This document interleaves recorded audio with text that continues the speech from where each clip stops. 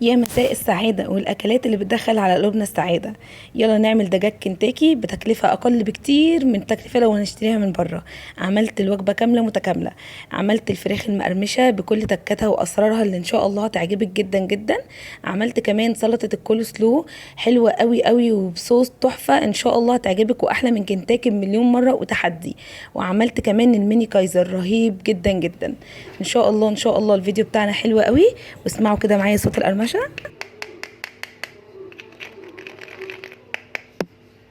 بصوا بقى يا جماعه قد ايه الفراخ بتاعتنا مستويه كويس قوي قوي، واخده حقها في السوا يا جماعه. بصوا لحمها دايب جدا جدا، ده نتيجه ان هي كمان خدت حقها في التتبيله.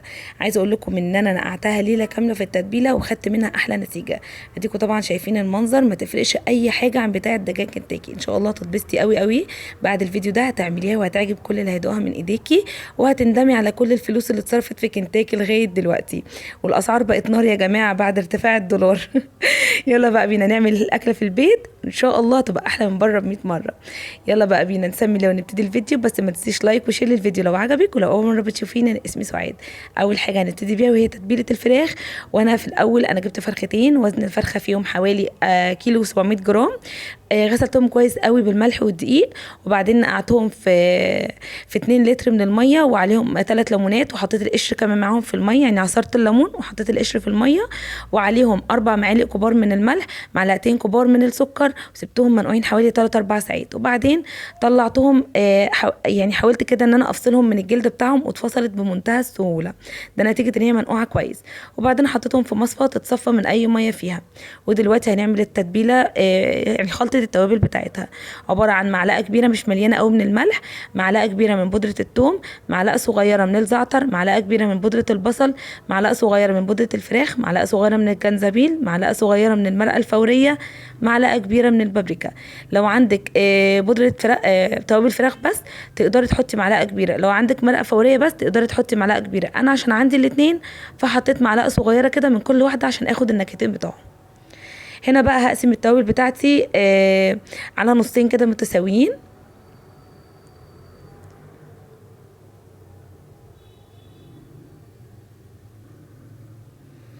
هناخد نص هستخدمه دلوقتي، والنص التاني هنشيله كده على جنب، وهقول لكم هنستخدمه في ايه. تمام كده يا جماعه. هنا بقى هنبتدي نعمل بقى التتبيله بتاعه الفراخ، وسهله جدا جدا والله ما فيهاش اي حاجه. معايا كوبايتين من الحليب، ومعلقه كبيره مليانه من الخل، ونص التوابل اللي احنا قسمناها دلوقتي. طبعا هنا يفضل تستخدمي لبن رايب او زبادي، ما عندكيش اعملي زي كده. هاخد كوبايتين حليب واحط عليهم معلقه كبيره من الخل. هيديني نفس نتيجه اللبن الرايب، هيقطع او هيروب معايا، وهاخد منه نفس النتيجه.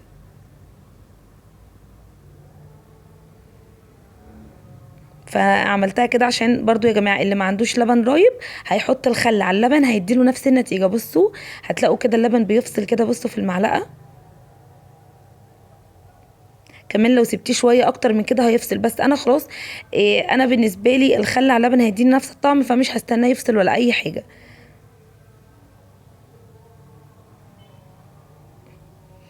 تمام. هنا حطيت نص التوابل اللي انا خدتها، وهحط معلقه كبيره من السكر، وهقلبهم كويس قوي قوي، وهتاكد ان مفيش اي تكتلات من التوابل تحت. بصوا انا بعد ما يعني تهيالي ان التوابل كلها دابت في الحليب، بصوا هلاقي في تكتلات من تحت، فانا بقول لكم عشان تخلوا بالكم. عايزه اقول لكم ان التتبيله بجد يا جماعه رهيبه بجد، ريحتها من قبل ما احط فيها الفراخ ريحتها كانت تحفه جدا.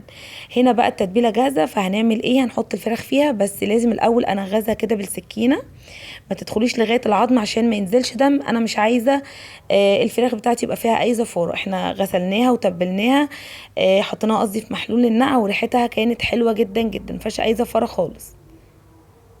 مهم جدا تحطيها في محلول النقع 3 4 ساعات، ده بيخليها طريه جدا وبيسهل كمان التسويه.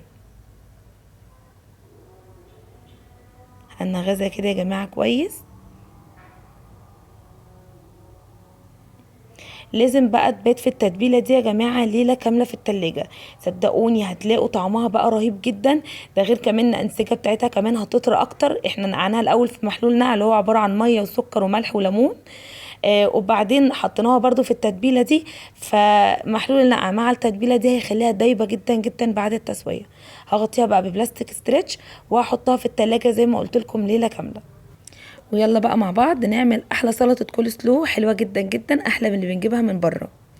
وتحدي يا جماعه جربوها وان شاء الله مش هتندموا. انا هنا معايا كابوتشا. طبعا انا بستخدم الخضراء. في ناس بتحب تعملها بالكابوتشا الموف او البنفسجي، يعني براحتكم خالص. انا بحب بصراحه الكابوتشا الخضراء. شطفتها كده تحت الميه وبعدين نشفتها كويس قوي من بره. معايا نص كوبايه من المايونيز، نص كوبايه من الحليب، جزرايه كده متوسطه بشرطها بانعم حته في المبشره. تمام. معايا علبه من الزبادي. انا طبعا عايزه نص كوبايه من الزبادي، فالعلبه دي هتعادل نص كوبايه. معلقه كبيره من الخل، معلقتين كبار من العسل، معلقه كبيره من السكر، رشه من الملح ورشه من الفلفل الاسود. هنا بقى هبتدي ان انا افصل الكابوتشا بتاعتي على جزئين. الكول سلو يا جماعه نص الكابوتشا كويس جدا، تعمل لك كميه حلوه قوي. يعني ما تفتكريش ان هنستخدم الكابوتشا كلها، لا هتبقى كتيره قوي. فهفصلها نصين وهاخد جزء احطه كده في بلاستيك ستريتش الفه واحطه في التلاجة، بيقعد وقت طويل جدا وممكن استخدمه في اي وقت تاني. هفصل بقى الجزء كده العصب الناشف كده اللي من في نص الكابوتشا ده، مش عايزاه خالص.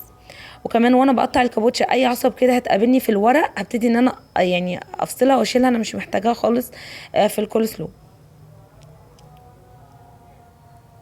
جربوا يا جماعه الكول سلو بالطريقه دي، والله من غير حلفان بجد رهيبه جدا جدا، ان شاء الله هتعجبكم قوي قوي. شايفين العصب هنا بقطعه وارميه. هبتدي بقى ان انا اقطع الكابوتشا، يعني ارفع تقطيع ممكن تقطعيه، قطعيه رفيع جدا جدا. لو عندك كبه بتفرم الخضار فرم خشن تقدري تفرميه فيها، لكن انا بصراحه الكبه بتاعتي كانت هتعصرها، ما كانتش هتفرمها لي يعني. فهنقطع كده تقطيع رفيع بالطول وبعدين هنرجع نقطعه تاني بالعرض. انا عايزاه قطع صغيره قوي قوي. شايفين يا جماعه بنفس الطريقه كده. هنا بقى انا بوريكم ازاي اقطعها بالعرض. انا بس هقطعها دلوقتي كلها بالطول وبعدين ارجع لكم تاني عشان نقطعها مع بعض بالعرض، وهوريكم انا عايزه حجمها يكون قد ايه بالظبط. طبعا مش هو ده نص الكابوتشا، اهو ده بقيه النص. بصوا ما شاء الله، يعني عملت كميه كبيره ولسه كمان هتتقطع، فهتعمل كميه اكبر من كده. بصوا بقى انا هقطعها كده اهو تقطيع رفيع قوي كمان. الكول سلو يا جماعه سهله جدا جدا، بس مشكلتها في التقطيع، لكن بالنسبه لي انا يعني عادي، ما اتضايقش ولا حاجه من التقطيع بصراحه. لكن لو حضرتك هتتضايقي ممكن تحطيها زي ما قلت لك في الكبه، او ممكن تبشرها برده من المبشره، يعني قطعها قطع كبيره وابشرها بالمبشره. انا هو قطعتها بصوا تقطيع رفيع قوي على قد ما قدرت بصراحه. احط بقى عليها الجزر وهقلبهم كده كويس مع بعض. ويفضل كمان لو جزر اصغر من كده. الكول سلو يا جماعه بيكون الكابوتشا هي اللي غالبه على الجزر، يعني بتكون هي اكتر من الجزر. هنبتدي بقى نعمل دريسنج او الصوص بتاعها. معايا اهو نص كوبايه المايونيز، واحط عليهم نص كوبايه الزبادي. العلبه دي يا جماعه كبيره يعني بتعادل نص كوبايه من مج الشاي اللي انا عايرت بيه المايونيز والحليب. احط كمان معلقتين العسل. ما تستكتروش يا جماعه كميه السكر والعسل، والله ممكن حضرتك كمان تزودي عليهم. معلقه السكر ورشه الملح ورشه الفلفل ونص كوبايه الحليب وكمان معلقه الخل. وهقلبهم بقى كويس جدا لغايه ما يبقى صوص سائل خالص، مش عايزه فيه اي تكتلات من الزبادي، عايزاه سائل خالص كده اهو. تمام، يعني قلبته كويس قوي وبعدين حطيته كده على الكابوتشا والجزر. مهم بقى في الكول سلو يا جماعه ان هي يعني تبات في التلاجة وقت طويل. ممكن تبيتيها ليله كامله هتكون افضل بكتير، او على الاقل لو حضرتك مستعجله عليها هتقعد مش اقل من 4 ساعات. وفي ال4 ساعات دول كل شويه حضرتك هتطلعيها تقلبيها شويه وترجعيها تاني التلاجة. لكن لو باتت ليله كامله هتكون افضل، وبرده هتطلعيها في الليله الكامله دي مرتين ولا حاجه تقلبيها وترجعيها تاني التلاجة عشان اللي من فوق ينزل من تحت ويتشرب كده من الصوص كويس قوي. انا هحطها كده في البوله بتاعه التقديم او في بول اصغر شويه، يعني عشان ابيتها في التلاجة، مش هحط البوله دي كلها الكبيره في التلاجة يعني.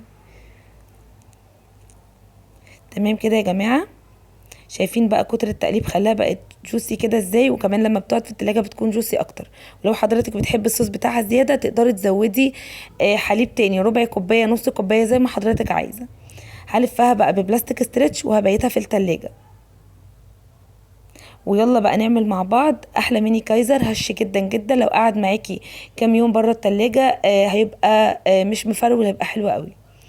هنا معايا كوبايه من الميه الدافيه، معايا معلقه كبيره من الخميره، معلقتين ونص كبار من السكر.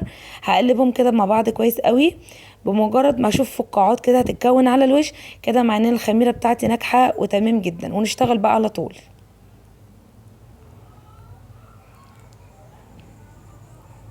شايفين يا جماعه الفقاعات كده تمام جدا.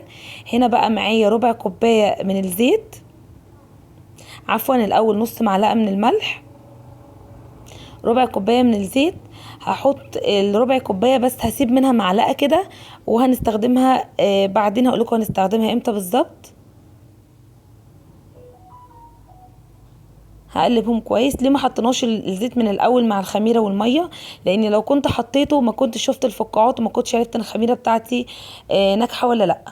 فبنصحكم ما تزودوش الزيت من الاول، زودوه بعدين بعد ما تاكدوا من نجاح الخميره. هنا بقى معايا نص كيلو من الدقيق يا جماعه، دي متعدده الاستخدامات.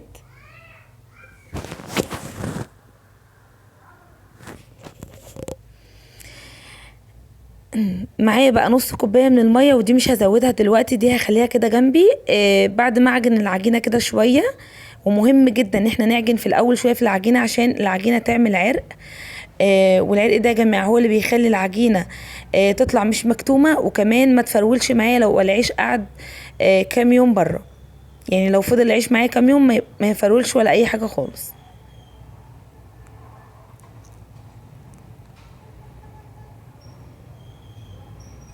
هعجن كده شويه.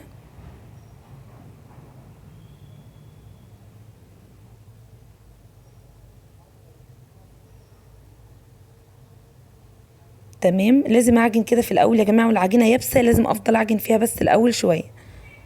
هنا بقى احط شويه من الميه وهبتدي اعجن.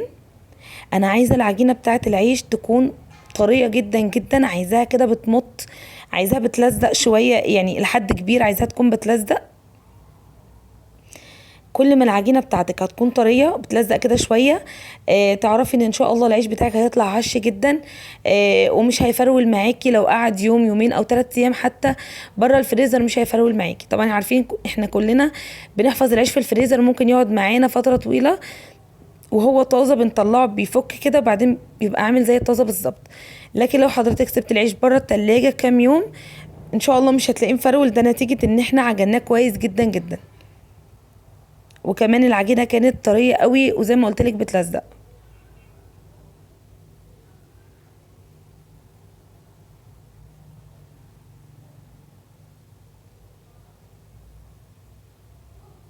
شايفين يا جماعه العجينه عامله ازاي؟ هنا برضو احط شويه ميه شويه بشويه. بعد كده بقى هنخلي بالنا من الميه يا جماعه، نحط شويه بشويه. العجينه بتاعتي ما شاء الله طريت، فهنزود شويه شويه زي ما قلت لكم. هنزلها بقى على رخامه وابتدي ان انا اعجن افرد والم فيها. وبايدي كده هفضل يعني زي ما نقول ايه هنسقسقها شويه ميه شويه شويه لغايه ما نلاقي العجينه خدت القوام اللي احنا عايزينه. العجينه بتاعتي طريه جدا في ايدي بس انا عايزاها اطرى من كده، فعشان كده مش هزود ميه كتير مره واحده. طبعا نص الكوبايه اللي كان معايا انا خدت النص، يعني في الاخر انا عملت العمليه دي كتير ان انا افرد في العجينه واحط شويه ميه وافضل اعجن فيها، وبعدين برضو افرد في العجينه واحط شويه ميه واعجن فيها. عملت المرحله دي لغايه ما خدت النص كوبايه بس فضل فيها حوالي معلقتين من الميه.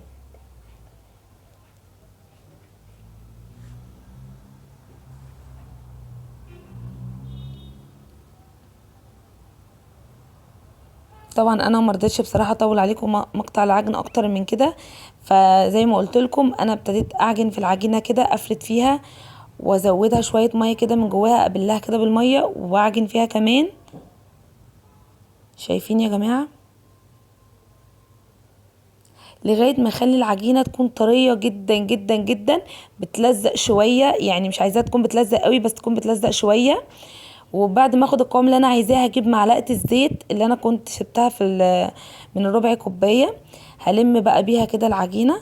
طبعا هتلاحظوا ان العجينه بتاعتي، شايفين يا جماعه العجينه بتلزق ازاي؟ انا عايزاه بقى تكون كده. بعد ما اضيف شويه الزيت، معلقه الزيت دي، هتلاقوا العجينه ابتدت تفك مني. ما تقلقوش خالص، اعجنوا فيها، هتلاقوها ابتدت تلم تاني معاكم وهتبقى حلوه جدا.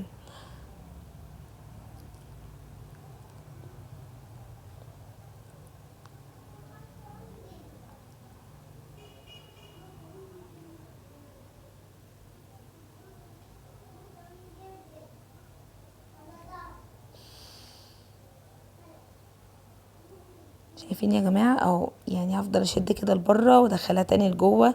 كتر العجن ده بيخلي العجينه تبقى ناجحه معاكي جدا جدا. شايفين بقى هنا؟ شايفين يا جماعه العجينه ما شاء الله ناعمه جدا جدا، والله زي الحرير كده بالظبط. هو ده القوام المظبوط يا جماعه، وده اللي هيدينا عجينه ناجحه جدا جدا. وهيبقى العيش معايا هش جدا ومش هيبقى مكتوم، وهيبقى هيقعد معاكي اكتر من يوم بره التلاجة ومش هيفرول خالص. هنا بقى جبت البوله اللي هخمر فيها، احط فيها العجينه وهدن كده على وشها دهنه كده بسيطه جدا من الزيت، وهغطيها ببلاستيك ستريتش، وهولع الفرن يدفى يدفى يا جماعه، مش يسخن، يدفى. وهقفله على طول وهدخل فيها العجينه. هتقعد حوالي ساعه كده تختمر وتضاعف حجمها.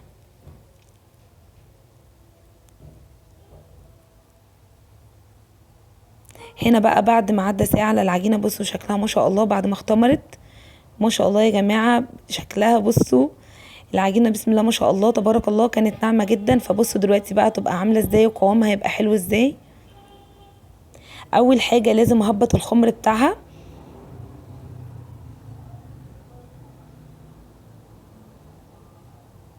ليه بهبط الخمر بتاع العجينه يا جماعه؟ لو شكلت العيش وانا ما هبطتش خمر العجينه، هيطلع قلب العيش فاضي جدا، مش هيطلع فيه قلب ولا لبابه يعني زي ما بنقول.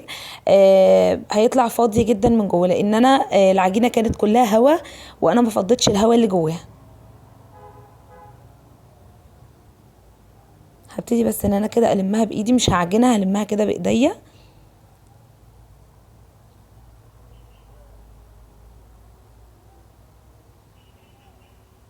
طبعا مسحت كده رخامه بمسحه من الزيت طبعا في الاول، وابتدي ان انا اقطع العجينه على كرات. طبعا على حسب حجم العيش، انا هنا هعمله ميني كايزر، فكان حجم الكوره حوالي 35 جرام. طبعا ايدي كده هجيب بوله كده فيها شويه من الزيت صغيرين، وهدن ايدي دهنه خفيفه جدا، وكل ما احس ان العجينه هترجع تلزق في ايدي هروح دهنه من الزيت برضو على ايدي. والصينيه دي يا جماعه برضو مدهونه دهنه من الزيت، الصينيه مدهونه من الزيت. وزي ما قلت لكم حجم الكوره كان حوالي 35 جرام لانه ميني كايزر. لو حضرتك عايزاه تعملي الكايزر الكبير، فهتخلي حجمها من 50 ل 60 جرام حسب بقى الحجم اللي حضرتك عايزاه.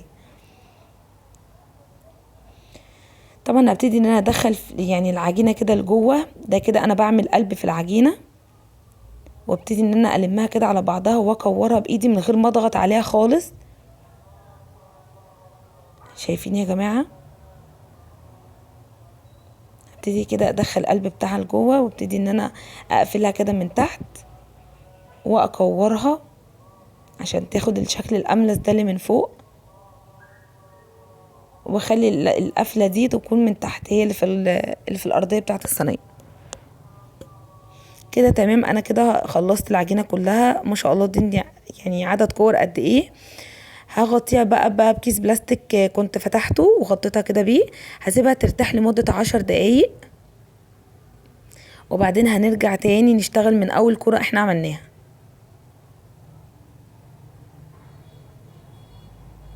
شايفين يا جماعه العجينه مرتاحه ازاي؟ ما شاء الله تبارك الله حلوه جدا جدا. بصوا انا دهنت طبعا ايدي لان العجينه زي ما قلنا بتلزق شويه وطريه جدا جدا، فلازم ندهن دهن الزيت يا جماعه. هنبتدي بقى ان احنا نفردها وبعدين ندخلها كده على بعض. احنا كده بنعمل يا جماعه قلب للعيش، كده بنخلي العيش في قلب من جوه. لو ما عملناش الحركه دي هيطلع العيش معانا مفرغ من جوه، ما فيهوش لبابه كتير، وهيبقى فاضي، القلب بتاعه يعني هيبقى فاضي. هنعمل بقى كل الكور بتاعتي بنفس الطريقه، هنفردها وبعدين نرجع نلمها كده على بعضها ومن غير ما اضغط على العجينه، لان لو ضغطت عليها قوي هتطلع معايا مكتومه من جوه.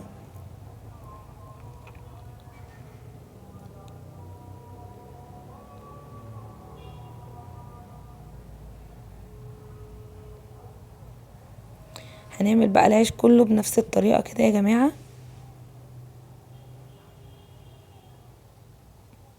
طبعا لازم تسيبي فراغات بينهم، ما تلزقهمش في بعض، لان لو يعني لسه هيختمر تاني، فلو لزقناهم في بعض هتلاقي العيش ايه يعني مفيش مساحة لما يجي يخمر، فهتلاقي العيش كله لزق في بعضه.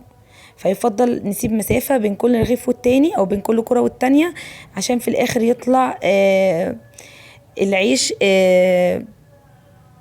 شكله يكون متناسق يعني. كده يا جماعة انا خلصت كل الكمية ما شاء الله، عمل لي هم 3 صواني وسايبة مسافة بينهم زي ما حضراتكم شايفين كده. دلوقتي بقى هسيبهم يرتاحوا نص ساعة وارجع عشان اقطعهم تاني. بصوا يا جماعة ده بعد ما ارتاحوا نص ساعة في الصينية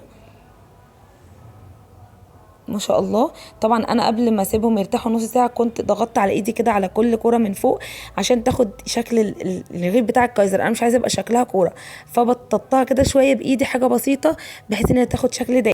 دلوقتي بقى انا هعمل الخليط اللي هدهن بيه وش العيش. الخليط ده عباره عن 3 معالق من الحليب، عليهم نص معلقه صغيره من السكر. ليه حطيت سكر هنا؟ عشان السكر يا جماعه كلنا عارفينه بيعمل زي تلزيقه كده، فانا عايزه استغل التلزيقه دي عشان تمسك لي السمسم اللي انا هحط على وش العيش.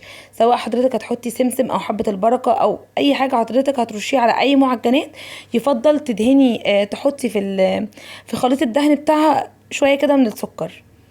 تمام كده يا جماعه، تركيه صغيره بس والله بتفرق، عشان انا لو ما حطيتش نص معلقه السكر دي هلاقي السمسم اللي انا حطاه على العيش وقع بعد التسويه كله. هنا بقى هدهن العيش كله وهرش سمسم على طول، ما نخليش الخليط ده ينشف على وش العيش، انا عايزه وهو مبلول كده نرش السمسم عليه على طول. هعمل بقى يا جماعه العيش كله بنفس الطريقه كده زي ما حضراتكم شايفين، هدهن على طول وهرش السمسم.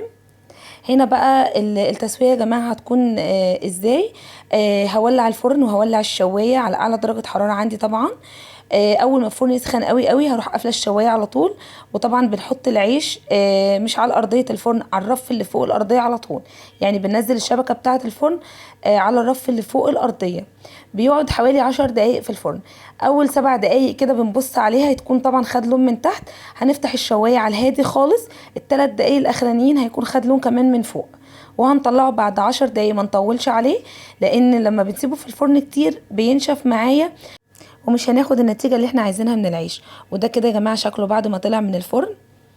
طبعا لو لقيتيه لازق معاكي من تحت مفيش مشكلة، هتسيبيه في الصينية لغاية ما يبرد خالص، وبعدين هتجيبي كده مقطع وتطلعيه كده هيطلع معاكي بمنتهى السهولة. وكل ما بيطلع يعني بعد ما يطلع من الفرن كل ما هيبرد كل ما هيطرى، ما تقلقيش. يعني لو طلع من الفرن وحطيتي ايدك عليه لقيتيه يابس شوية صغيرين سيبيه، كل ما هيبرد هتلاقيه طري وبنفس الشكل ده، طري جدا وخفيف قوي قوي يا جماعه، والله زي الريشه، وزنه زي ما عملناه في الاول بالظبط، ما زادش ولا قل ولا اي حاجه خالص، زي ما كورناه. يعني وزن الرغيف حوالي 35 جرام.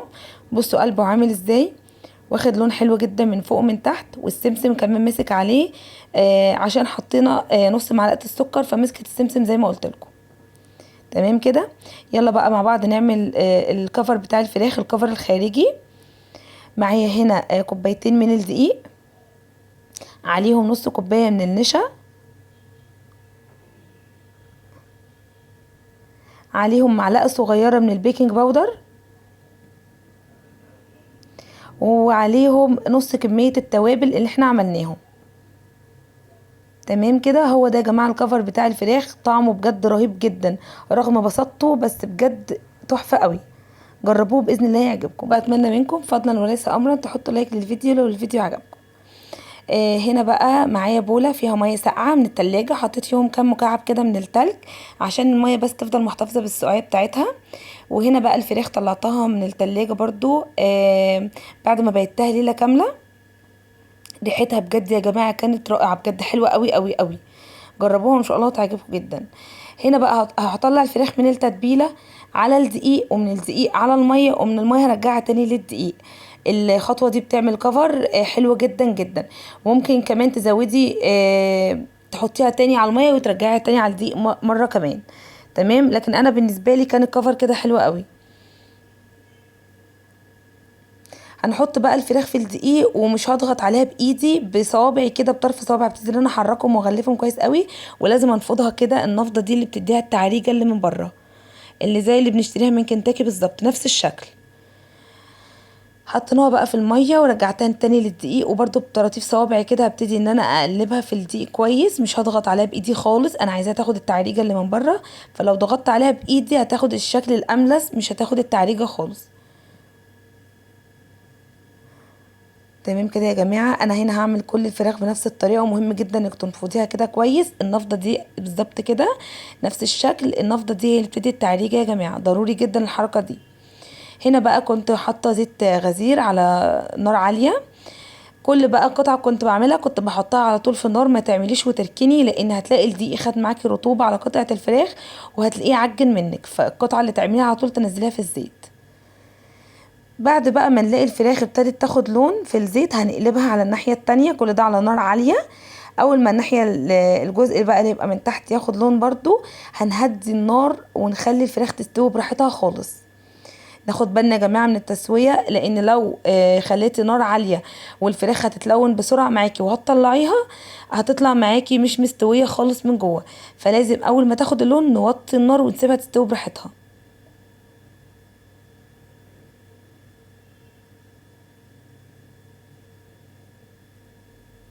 شايفين يا جماعه؟ مهم جدا ان احنا بعد ما نطلعها كده من الدقيق ننفضها كده بايدينا، هتلاقيها بتتعرج معاكي من بره. هنا بقى بصوا الفراخ ما شاء الله شكلها حلو جدا، والله ما تفرق حاجه لا في الشكل ولا في الطعم عن اللي بنجيبها من بره. احنا يا جماعه كنا بندفع بصراحه مبالغ كبيره جدا في حاجات والله احنا ممكن نعملها احلى من بره ب100 مره. شايفين شكلها؟ بسم الله ما شاء الله حلوه جدا جدا. هنقلبها، وزي ما قلت لكم اول ما الجزء اللي من تحت ياخد اللون هنهدي النار ونسيبها تستوي براحتها خالص. هنا كنت طلعت اهم كام قطعه، بجد كانت جميله جدا جدا شكلا ومضمونا.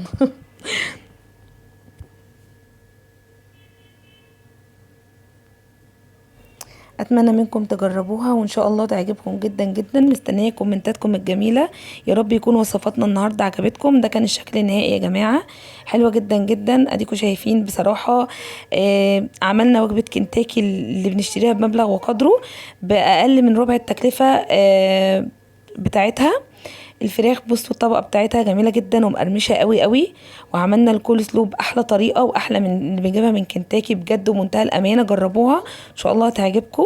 وعملنا كمان الميني كايزر حلو جدا جدا وهش قوي زي ما شفتوه كده معايا. وده كان فيديو النهارده، ودي كانت وصفاتنا. يا رب يكون عجبكم، واتمنى من كل اللي ما حطش اللايك يا ريت يحطوه. والسلام عليكم ورحمه الله وبركاته.